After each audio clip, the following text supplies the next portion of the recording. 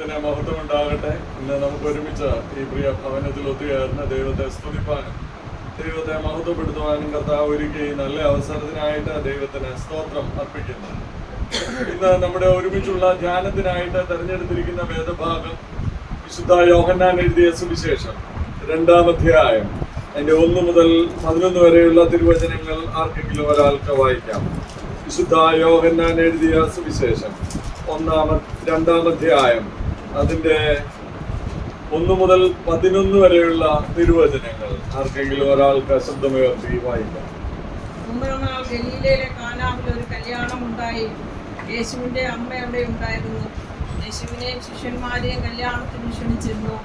വീഞ്ഞു പോരാതെ വരികയാൽ യേശുവിന്റെ അമ്മ അവനോട്, അവർക്ക് വീഞ്ഞില്ല എന്ന് പറഞ്ഞു. യേശു അവളോട്, സ്ത്രീയെ, എനിക്കും നിനക്കും തമ്മിലെന്ത്? എൻ്റെ നാഴിക ഇതുവരെ വന്നിട്ടില്ല എന്ന് പറഞ്ഞു. അവൻ്റെ അമ്മ ശുശ്രൂഷക്കാരോട്, അവൻ നിങ്ങളോട് എന്തെങ്കിലും കൽപ്പിച്ചാൽ അത് ചെയ്യുവീൻ എന്ന് പറഞ്ഞു. അവിടെ യഹൂദന്മാരുടെ ശുദ്ധീകരണ നിയമം അനുസരിച്ച് 2-3 പറ വീതം കൊള്ളുന്ന 6 കൽപ്പാത്രം ഉണ്ടായിരുന്നു. യേശു അവരോട്, ഈ കൽപ്പാത്രങ്ങളിൽ വെള്ളം നിറപ്പീനെന്ന് പറഞ്ഞു. അവർ വക്കോളം നിറച്ചു. ഇപ്പോൾ കോരി വിരുന്നുവാഴിക്ക് കൊണ്ടുപോയി കൊടുപ്പീനെന്ന് അവൻ പറഞ്ഞു. അവർ കൊണ്ടുപോയി കൊടുത്തു. അതെവിടെ നിന്ന് എന്ന് വെള്ളം കോരിയ ശുശ്രൂഷക്കാരല്ലാതെ വിരുന്നുവാഴി അറിഞ്ഞില്ല. വീഞ്ഞായി തീർന്ന വെള്ളം വിരുന്നുവാഴി രുചി നോക്കിയാറെ മണവാളനെ വിളിച്ചു. എല്ലാവരും ആദ്യം നല്ല വീഞ്ഞും ലഹരി പിടിച്ച ശേഷം എളുപ്പമായതും കൊടുക്കുമാറുണ്ട്. നീ നല്ല വീഞ്ഞ് ഇതുവരെ സൂക്ഷിച്ചു വെച്ചുവല്ലോ എന്ന് അവനോട് പറഞ്ഞു. യേശു ഇതിനെ അടയാളങ്ങളുടെ ആരംഭമായി ഗലീലയിലെ കാനാവിൽ വെച്ച് ചെയ്തതിന്റെ മഹത്വം വെളിപ്പെടുത്തി. അവന്റെ ശിഷ്യന്മാർ അവനിൽ വിശ്വസിച്ചു. പ്രാർത്ഥിക്കാം. ഞങ്ങളുടെ കർത്താവ് നല്ല ദൈവമേ, ഈ നോമ്പിന്റെ ആരംഭ ദിവസത്തിൽ ഞങ്ങൾക്ക് ഒരുമിച്ച് അങ്ങേ സ്തുതിപ്പാൻ മഹത്വപ്പെടുത്തുവാൻ അവിടുന്ന് ഒരുക്കിയ നല്ല അവസരത്തിനായിട്ട് നന്ദിയോട് സ്തോത്രം. കർത്താവേ, അടിയങ്ങളോട് മനസ്സറിയണമേ. ഞങ്ങൾ ഇന്ന് ചിന്തിക്കുന്ന കാര്യങ്ങളിൽ അവിടുത്തെ ആലോചനയാൽ നിറയപ്പെടണമേ. അത് ഞങ്ങളുടെ ജീവിതത്തെ രൂപാന്തരപ്പെടുത്തുവാൻ ഇടയാക്കണമേ. മാനവും മഹത്വവും അവിടുന്ന് തന്നെ എടുക്കണം. യേശുവിൻ നാമത്തിൽ തന്നെ ആമേൻ. നോമ്പ് കാലഘട്ടം അനുതാപത്തിന്റെയും സമർപ്പണത്തിന്റെയും ആരാധനയുടെയും കാലഘട്ടമാണ്. എല്ലാ നോമ്പ് കാലഘട്ടത്തിലും നമ്മൾ പ്രധാനമായും ചർച്ച ചെയ്ത് തുടങ്ങുന്ന വിഷയം ഈ കാനാവിലെ കല്യാണത്തിന്റെ വേദഭാഗമാണ്. ഇന്ന് രാവിലെയും നമ്മൾ ഇതുമായി ബന്ധപ്പെട്ട് ഞാൻ പ്രധാനമായും 3 കാര്യങ്ങൾ പറഞ്ഞത് നിങ്ങളുടെ ശ്രദ്ധയിൽ ഉണ്ടാകും. യേശുവിന്റെ പ്രവർത്തനത്തെയും യേശു ആരാണ് എന്ന് പറഞ്ഞുകൊണ്ടാണ് വിശുദ്ധ യോഹന്നാന്റെ സുവിശേഷം ആരംഭിക്കുന്നത്. ഇന്ന് നാം വായിച്ച വേദഭാഗത്ത് യേശു ആരാണെന്ന് നമ്മളെ മനസ്സിലാക്കി തരുന്ന സംഭവത്തോടുകൂടെയാണ് അത് യോഹന്നാൻ തുടർന്ന് അത് എഴുതാനായിട്ട് ശ്രമിക്കുന്നത്. വിവാഹം എന്നത് വളരെ ശ്രദ്ധേയമായ ഒരു രൂപകമായി നമുക്ക് ഈ വേദഭാഗത്ത് പലയിടങ്ങളിൽ ഉപയോഗിച്ചത് നമുക്ക് അറിയാം. അത്തരത്തിൽ വളരെ മനോഹരമായ ഒരു വിവാഹ ശുശ്രൂഷയിൽ ആഘോഷത്തിൽ നടന്ന ഒരു കാര്യമാണ് ഇന്ന് നമ്മുടെ ചിന്തയ്ക്ക് വിഷയീഭവിപ്പിക്കുന്നത്. യഹൂദന്മാരുടെ വിവാഹം 3 ഘട്ടങ്ങളിലാണ് നടക്കുന്നത് എന്ന് നിങ്ങൾക്കറിയാം. 1, വിവാഹ കൂദാശ നടക്കുന്ന ദിവസം. 2, ഈ ബന്ധുമിത്രാദികൾ നിലവിളക്കുമായി പ്രദക്ഷിണം ചെയ്യുന്നത്. 1 ആഴ്ച നീണ്ടു നിൽക്കുന്ന 3ാമത്തെ വലിയ ആഘോഷം. അതിനിടയിൽ നടക്കുന്ന ഒരു വലിയ ക്രൈസിസ് ആണ് നാം വായിച്ച വേദഭാഗത്ത് ഉള്ളത്. ഈ ക്രൈസിസ് എങ്ങനെ അവർ അഭിമുഖീകരിച്ചു, എങ്ങനെ അവർക്ക് അതിനെ നേരിടാൻ സാധിച്ചു എന്നത് നമ്മൾ പഠിക്കുന്നത് വളരെ നല്ലതാണ്. അതാണ് എനിക്ക് ഒന്നാമത് പറയാനായിട്ടുള്ളത്. എന്താണ് അവരുടെ പ്രതിസന്ധിയുടെ മധ്യത്തിൽ അവരെ വിജയശ്രീലാളിതരാക്കിയത് എങ്ങനെയാണ് അവരതിനെ അതിജീവിക്കാനായിട്ട് കഴിഞ്ഞത് എന്നതാണ്. ഒറ്റ കാര്യം മാത്രമേ ഉള്ളൂ, അവരുടെ പ്രവർത്തനത്തിൽ യേശു ഉണ്ടായിരുന്നു എന്നതാണ്. യേശുവിനെ അവർ സ്വീകരിച്ചു എന്നതാണ് അവരുടെ പ്രതിസന്ധിയുടെ മധ്യത്തിൽ അവർക്ക് വിജയം കൈവരിക്കുന്നതിന് ഇടയായത്. 3 കാര്യങ്ങൾ ഈ വേദഭാഗത്ത് അവർ ചെയ്തതായി കാണുന്നു. ഒന്ന്, അവർ യേശുവിനെ അവരുടെ ആഘോഷങ്ങളിൽ കൂട്ടി. അവർ ക്ഷണിച്ചു. യേശുവിനെ മാത്രമല്ല, യേശുവിന്റെ ശിഷ്യന്മാരെ ക്ഷണിച്ചു, യേശുവിന്റെ അമ്മയായ മറിയയെ ക്ഷണിച്ചു. അങ്ങനെ യേശുവിനെ അവരുടെ ആഘോഷങ്ങളിൽ പങ്കുകാരാക്കാനായിട്ട് ഈ വീട്ടുകാർ ശ്രമിച്ചു. നമ്മുടെ ആഘോഷങ്ങളിൽ, നമ്മുടെ സംഭാഷണങ്ങളിൽ, നമ്മുടെ പ്രവർത്തനങ്ങളിൽ ഈ യേശുവിന്റെ സാന്നിധ്യം ഉറപ്പാക്കാൻ നമുക്ക് കഴിയുന്നുണ്ടോ എന്നതാണ് ഒന്നാമത്തെ ചോദ്യം. നമ്മൾ അത്ഭുതങ്ങൾ നടക്കണം നമ്മുടെ ജീവിതത്തിൽ എന്നത് ആഗ്രഹിക്കുന്നവരാണ്. അത് അനുഗ്രഹീതമായി നമ്മുടെ ജീവിതത്തിൽ തുടരണം എന്ന് ആഗ്രഹിക്കുന്നവരാണ്. അപ്പോൾ നാം നമ്മോട് തന്നെ ചോദിക്കേണ്ട കാര്യമാണ്, നമ്മുടെ ജീവിതത്തിലും നമ്മുടെ പ്രവർത്തനങ്ങളിലും യേശുവിനെ ക്ഷണിച്ചിട്ടുണ്ടോ എന്നത്. 2, ഇവിടെ കാണുന്ന പ്രധാനപ്പെട്ട കാര്യം, യേശുവിനെ ക്ഷണിക്കുക മാത്രമല്ല, യേശുവിന്റെ പ്രവർത്തനത്തെ അംഗീകരിക്കാൻ, വിശ്വസിക്കാൻ അവർ മനസ്സ് കാണിച്ചു. 2 തരം വിശ്വാസമുണ്ട് എന്നത് പറഞ്ഞല്ലോ. ഒന്ന്, ശിഷ്യന്മാരുടെ വിശ്വാസം. 2, മറിയയുടെ വിശ്വാസം. രാവിലെ പറഞ്ഞതുകൊണ്ട് ഞാനത് വിശദമാക്കുന്നില്ല. മറിയയുടെ വിശ്വാസത്തിന്റെ പ്രത്യേകത അവർ കാണാതെ വിശ്വസിച്ചു എന്നതാണ്. യേശു അത്ഭുതങ്ങൾ ചെയ്യും എന്നത് ചെയ്തത് കണ്ടിട്ടല്ല വിശ്വസിച്ചത്, മറിച്ച് കാണാതെ ഈ യേശുവിലുള്ള അദമ്യമായ വിശ്വാസമാണ് നമ്മൾ കാണുന്നത്. യേശുവിനെ അംഗീകരിക്കുവാൻ, യേശുവിന്റെ അടുക്കലേക്ക് അടുത്തു വന്ന് തങ്ങളുടെ പ്രശ്നത്തിന് പരിഹാരം യേശു മാത്രമാണ് എന്ന വലിയ ബോധ്യത്തോടുകൂടെ പ്രവർത്തിക്കാനായിട്ട് കഴിഞ്ഞു എന്നതാണ് ഏറ്റവും ശ്രദ്ധേയമായ 2ാമത്തെ കാര്യം. 3, യേശുവിനെ അവർ ക്ഷണിച്ചു, അംഗീകരിക്കുക മാത്രമല്ല, 3ാമത് അവർ ചെയ്ത കാര്യമുണ്ട്, യേശുവിനെ അവർ അനുസരിച്ചു. മറിയ ഈ ശുശ്രൂഷകരോട് പറയുന്ന ഒറ്റ കാര്യമേ ഉള്ളൂ. എന്താ പറയുന്നത്? അവൻ നിങ്ങളോട് എന്തെങ്കിലും കൽപ്പിച്ചാല് അതങ്ങ് ചെയ്തേക്കുക. യുക്തിയോ അതിലെ യുക്തിയോ അയുക്തിയോ ന്യായമോ അന്യായമോ ചോദിക്കാനായിട്ട് നിൽക്കരുത്. നമ്മുടെ ജീവിതത്തിലും ഇത് നമ്മൾ പാലിക്കേണ്ട പ്രധാനപ്പെട്ട കാര്യമാണ്. യേശു എന്തെങ്കിലും നമ്മുടെ ജീവിതത്തിൽ കൽപ്പിച്ചിട്ടുണ്ടെങ്കിൽ അതങ്ങ് ചെയ്തേക്കണം. വേദപുസ്തകത്തിൽ പലയിടങ്ങളിൽ കാണുന്നുണ്ട്. കുഷ്ഠരോഗിയായ മനുഷ്യനോട് പറയുകയാണ്, നീ എന്ത് ചെയ്യണം? പോയി കുളിക്കണം. അതിനേക്കാൾ നല്ല സ്ഥലങ്ങളൊക്കെ പലതും ഉണ്ടായിരിക്കാം. അവിടെ ന്യായമോ അന്യായമോ ഒന്നും ഉള്ളതല്ല. അതിനകത്ത് യുക്തിയൊന്നും ചോദ്യം ചെയ്യേണ്ട കാര്യമില്ല. എന്തെങ്കിലും പ്രവാചകൻ പറഞ്ഞിട്ടുണ്ടെങ്കിൽ നീ അവിടെ പോയങ്ങ് ചെയ്തേക്കണം. അത് അപ്പോഴാണ് കുഷ്ഠരോഗം സൗഖ്യമായത് എന്നത് നമുക്ക് പരിചിതമായ കാര്യമാണ്. അതുകൊണ്ട് അനുസരിക്കുക എന്നതാണ് ഏറ്റവും പ്രധാനപ്പെട്ട കാര്യം. ശമൂവേൽ പ്രവാചകന്റെ 1-ാം പുസ്തകം 15-ാം അധ്യായം 22-23 വാക്യങ്ങളിൽ നമ്മളെ ഓർമ്മിപ്പിക്കുന്ന വളരെ പ്രധാനപ്പെട്ട ഒരു കാര്യമുണ്ട്. ദൈവത്തെ അനുസരിക്കുക എന്നതാണ് ഏറ്റവും പ്രധാനപ്പെട്ട കാര്യം. 1 ശമൂവേൽ 15-ന്റെ 22-23 വാക്യങ്ങൾ. ശമൂവേൽ പറഞ്ഞത് യഹോവയുടെ കൽപ്പന അനുസരിക്കുന്നത് പോലെ ഹോമയാഗങ്ങളും ഹനനയാഗങ്ങളും യഹോവയ്ക്ക് പ്രസാദമാകുമോ? ഇതാ അനുസരിക്കുന്നത് യാഗത്തെക്കാളും ശ്രദ്ധിക്കുന്നത് മുട്ടാടുകളുടെ മേധസ്സിനേക്കാളും നല്ലതാണ്. അപ്പോ എന്താണ് അനുസരിക്കുന്നതാണ് എന്തിനേക്കാൾ? ഹോമയാഗത്തെക്കാളും ഒക്കെ പ്രധാനപ്പെട്ടത് അല്ലയോ? അപ്പൊ ജീവിതത്തിൽ ദൈവത്തെ അനുസരിക്കുക എന്നതാണ് ഏറ്റവും പ്രധാനപ്പെട്ട കാര്യം. ഈ വിശുദ്ധ ലൂക്കോസിന്റെ സുവിശേഷം 11-ാം അധ്യായം അതിന്റെ 28-ാമത്തെ വാക്യം കൂടെ വായിക്കാം. വിശുദ്ധ ലൂക്കോസിന്റെ സുവിശേഷം 11-ാം അധ്യായം 28-ാമത്തെ വാക്യം.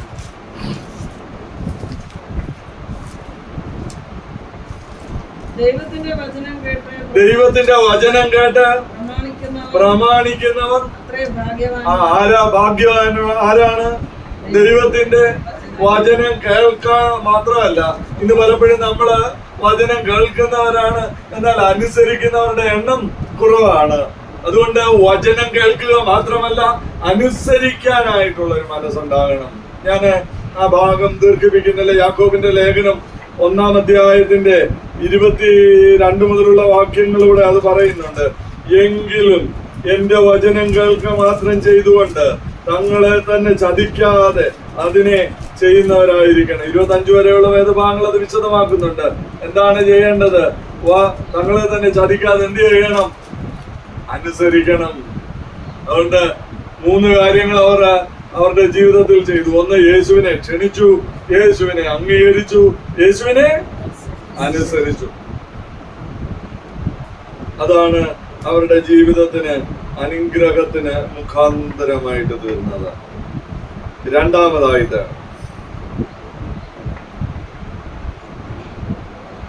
പ്രതിസന്ധി എല്ലാം തകരുമ്പോ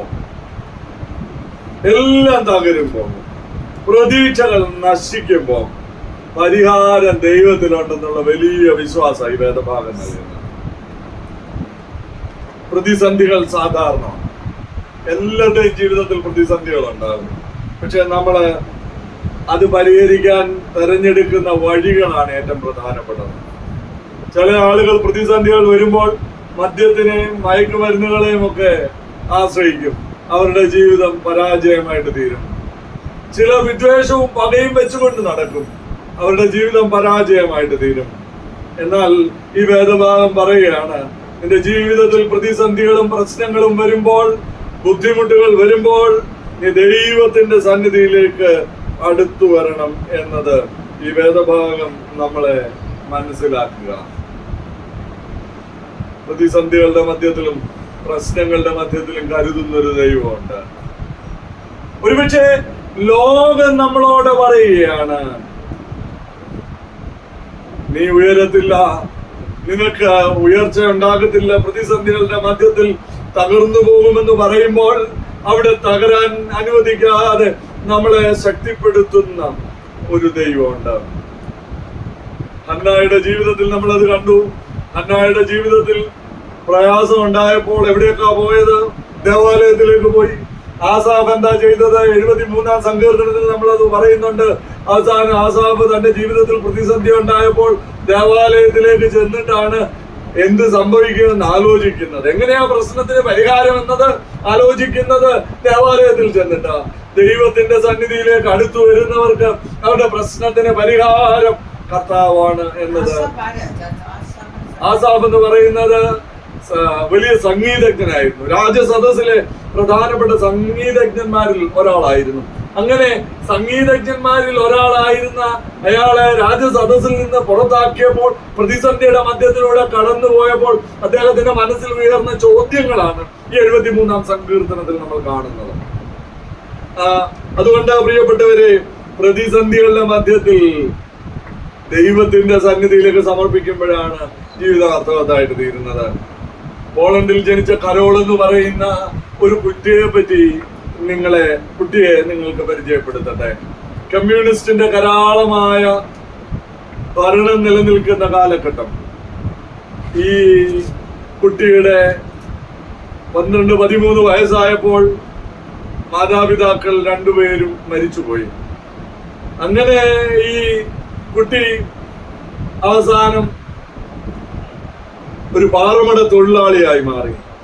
ഒരു ദിവസം പാറമടയിൽ ജോലി കഴിഞ്ഞ് വീട്ടിലേക്ക് വരുമ്പോൾ ഒരു വാഹനം തട്ടി റോഡിൽ മൃതപ്രായനായി കിടക്കുകയാണ്. വളരെ സങ്കടത്തോടെ ജീവിതത്തിൽ പ്രതീക്ഷയെല്ലാം നഷ്ടപ്പെട്ട് കിടക്കുകയാണ്. വേദനയോടെ ഈ 15 വയസ്സുകാരൻ കിടക്കുകയാണ്. അപ്പോൾ അവന്റെ കണ്ണുകൾ തുറന്നപ്പോൾ അവൻ കാണുന്നത് അല്പം അകലെയുള്ള ഒരു കുരിശടിയാണ്. അതിലുള്ള ഒരു ഗ്രോട്ടോയെ നോക്കി പറഞ്ഞു, ടോട്ടസ് ടൂസ്, TOTUS TUUS. എങ്ങനെയാണ് അത് പറയേണ്ടതെന്ന് എനിക്കറിയത്തില്ല. അതിന്റെ അർത്ഥം ഇത്ര മാത്രമാണ്, പൂർണ്ണമായും നിന്റേതാണ്. അന്ന് അവിടെ ഉണ്ടായിരുന്ന ആ കുരിശടിയെ നോക്കി പറയുകയാണ്, നിന്റേതാണ് ഞാൻ. ഇനി ജീവിതം തന്നെ അസ്തമിച്ചു എന്ന് കരുതിയ ഒരു സമയം, അത് ജീവിതം തന്നെ ഇല്ലാതെയായി എന്ന് കരുതിയ നിമിഷ അവിടെയാ പറയുന്നത്, എല്ലാം പൂർണ്ണമായും ഞാൻ നിന്റേത് മാത്രമാണ് എന്ന്. ഈ തമ്പുരാന്റെ സന്നിധിയിലേക്ക് സമർപ്പിച്ചപ്പോൾ ദൈവം അവിടെ ഇടപെടുകയാണ്. ആശുപത്രിയിലേക്ക് കൊണ്ടുപോയി സൗഖ്യമായി മടങ്ങി വന്നു. ഈ 15 വയസ്സുകാരൻ പിന്നീട് സെമിനാരിയിൽ ചേർന്നു, വൈദികനായി.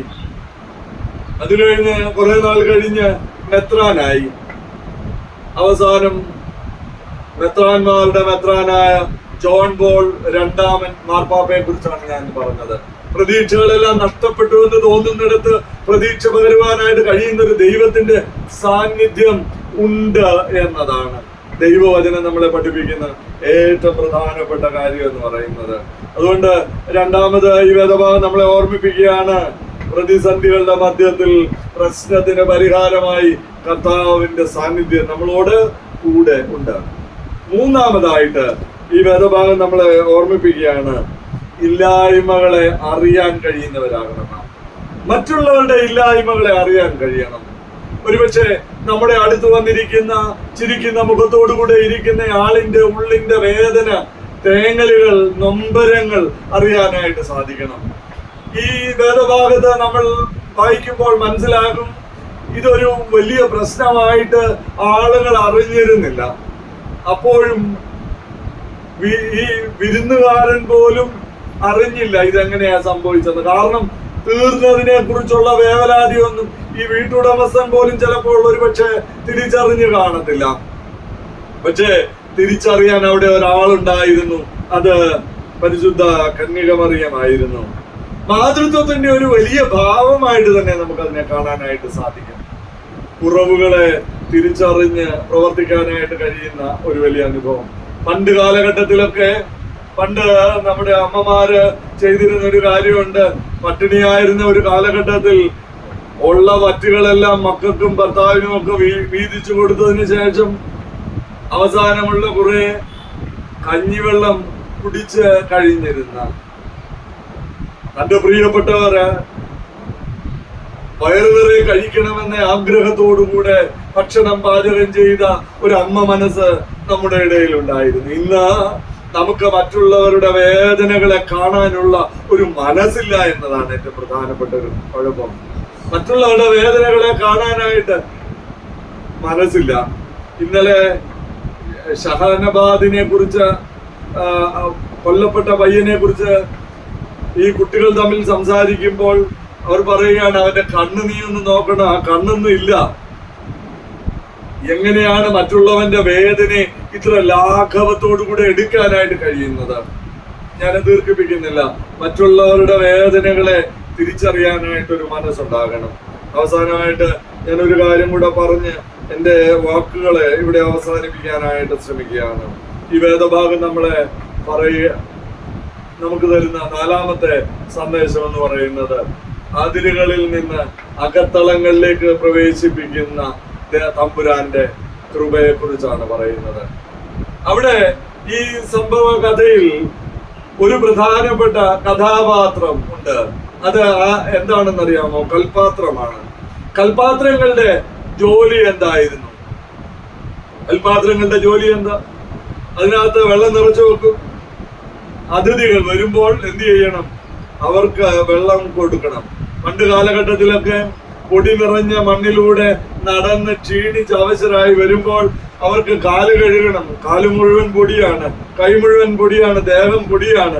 അതെല്ലാം ഒന്ന് നന്നായി കഴുകി ശുദ്ധീകരിച്ച് കൈയും കാലും ഒക്കെ നന്നായി ഒന്ന് കഴിയുമ്പോൾ കൊണ്ടുവന്ന് തൂവാല കൊടുക്കും. തൂവാല കൊടുത്ത് അതൊക്കെ ഒന്ന് നന്നായി കഴുകി അത് തുടച്ച് വീടിനുള്ളിലേക്ക് പ്രവേശിക്കത്തുള്ളൂ. അങ്ങനെ വീടിന് പുറത്ത് ഒരു ശുദ്ധീകരണ ഉപകരണമായിരുന്ന കൽപാത്രത്തെയാണ് ഇതാ ഇവിടെ കൽപാത്രത്തെ കർത്താവ് എന്താക്കി മാറ്റുകയാണ്? കാസായാക്കി മാറ്റുകയാണ്. കൽപാത്രത്തെ കർത്താവ് കാസായാക്കി മാറ്റുകയാണ്. പ്രിയപ്പെട്ടവരെ, വീടിന് പുറത്ത് ആരും ശ്രദ്ധിക്കപ്പെടാതിരുന്നിടത്ത് നിന്ന് എല്ലാവരുടെയും ശ്രദ്ധാകേന്ദ്രമാക്കി മാറ്റിയ ഒരു കർത്താവുണ്ട്. ഒരുപക്ഷെ നമ്മുടെ ജീവിതത്തിൽ പലരും നമ്മളെ തള്ളിക്കളഞ്ഞ നിമിഷങ്ങളുണ്ടാവും, വിധി എഴുതി മാറ്റിയ നിമിഷങ്ങളുണ്ടാവും, ഒരുപക്ഷെ പരിഗണിക്കപ്പെടാതിരുന്ന നിമിഷങ്ങളുണ്ടാകാം. എന്നാൽ അവിടെയൊക്കെ ദൈവത്തിന്റെ സാന്നിധ്യം നമ്മളോടുകൂടെ ഉണ്ട്. നീ തള്ളപ്പെടേണ്ടവളല്ലെന്നും നീ തള്ളപ്പെടേണ്ടവനല്ലെന്നും നീ ഇതിന്റെ ഉൾത്തളങ്ങളിൽ ഇരിക്കേണ്ടതാണെന്നുള്ള ബോധ്യത്തോടുകൂടെ കർത്താവ് നമ്മളെ അനുഗ്രഹിക്കാനായിട്ട് മതിയായ ദൈവമാണ്. അതുകൊണ്ട് ഞാൻ എൻ്റെ വാക്കുകളെ അവസാനിപ്പിക്കുക, ദീർഘിപ്പിക്കുവാനായിട്ട് ഞാൻ ആഗ്രഹിക്കുന്നില്ല. എന്റെയും നിങ്ങളുടെയും ഒക്കെ ജീവിതത്തിന്റെ അനുഭവങ്ങളിൽ ഈ വലിയ സാന്നിധ്യം നമ്മളോട് കൂടെ ഇരിക്കട്ടെ എന്ന് പ്രാർത്ഥിക്കുകയാണ്. 4 കാര്യങ്ങളാണ് ഇന്ന് ഒരുമിച്ച് പങ്കുവെക്കുവാനായിട്ട് ശ്രമിച്ചത്. ഒന്ന്, യേശുവിന്റെ സാന്നിധ്യം അവരുടെ ജീവിതത്തിന്റെ ഉള്ളിൽ പുതിയ അത്ഭുതത്തെ തുറന്നു കൊടുത്തു. അവർ യേശുവിനെ അവരുടെ ജീവിത അനുഭവങ്ങളിൽ ക്ഷണിച്ചിരുന്നു, യേശുവിനെ അവർ അംഗീകരിച്ചിരുന്നു, യേശുവിനെ അവർ അനുസരിച്ചിരുന്നു. രണ്ടാമതായിട്ട് ഞാൻ പറയാനായിട്ട് ശ്രമിച്ചത്, എല്ലാം തകരുമ്പോൾ, പ്രതീക്ഷകളെല്ലാം അസ്തമിക്കുമ്പോൾ പരിഹാരം ദൈവത്തിലുണ്ടെന്നുള്ള വലിയ ബോധ്യമാണ് ഈ വേദഭാഗം നമുക്ക് നൽകുന്നത്. 3, മറ്റുള്ളവരുടെ ഇല്ലായ്മകളെ കാണാനായിട്ടൊരു മനസ്സുണ്ടാകണം. ഒരുപക്ഷെ സമ്പത്തിന്റെ ഇല്ലായ്മയായിരിക്കാം, ആരോഗ്യത്തിന്റെ ഇല്ലായ്മയായിരിക്കാം, സുരക്ഷിതത്വത്തിന്റെ ഇല്ലായ്മയായിരിക്കാം, മനസമാധാനത്തിന്റെ ഇല്ലായ്മയായിരിക്കാം. അവിടെ പകർന്നു നൽകാനായിട്ട് നമുക്ക് സാധിക്കണം. 4മതായിട്ട്, അതിരുകളിൽ നിന്ന് അകത്തളങ്ങളിലേക്ക് ക്ഷണിക്കുന്ന തമ്പുരാനാണ് നമ്മുടെ ദൈവം. അതുകൊണ്ട് എല്ലാവരും തള്ളിക്കളഞ്ഞ കല്ലിനെ മൂലക്കല്ലാക്കി മാറ്റുന്ന ഒരു ദൈവമുണ്ട്. അതുകൊണ്ട് നമ്മൾ പാടുന്നൊരു പാട്ടുണ്ടല്ലോ, 4 നാളായാലും നാറ്റം വമിച്ചാലും കർത്തൻ നമ്മളോട് കൂടെ ഉണ്ട്. ആ ഒരു വലിയ സാന്നിധ്യം നമ്മളോട് കൂടെ ഇരിക്കട്ടെ. ഈ വേദഭാഗത്തിന്റെ തുടക്കം അങ്ങനെയാ പറയുന്നത്. 3-ാം നാൾ എന്ന് പറഞ്ഞാ തുടങ്ങുന്നത്. 3-ാം നാളിന്റെ പ്രത്യേകത എന്താ? അത് ഉയർത്തെഴുന്നേൽപ്പിന്റെ ദിവസമാണ്, ഒരു ഉണർവിന്റെ ദിവസമാണ്. ആ ഒരു വലിയ ഉണർവ് പകരുവാൻ നമുക്ക് സാധിക്കട്ടെ എന്ന് പ്രാർത്ഥിച്ചുകൊണ്ട് ഞാൻ എൻ്റെ വാക്കുകളെ അവസാനിപ്പിക്കുന്നു. ദൈവം നമ്മെ ഓരോരുത്തരെയും അനുഗ്രഹിക്കുന്നു.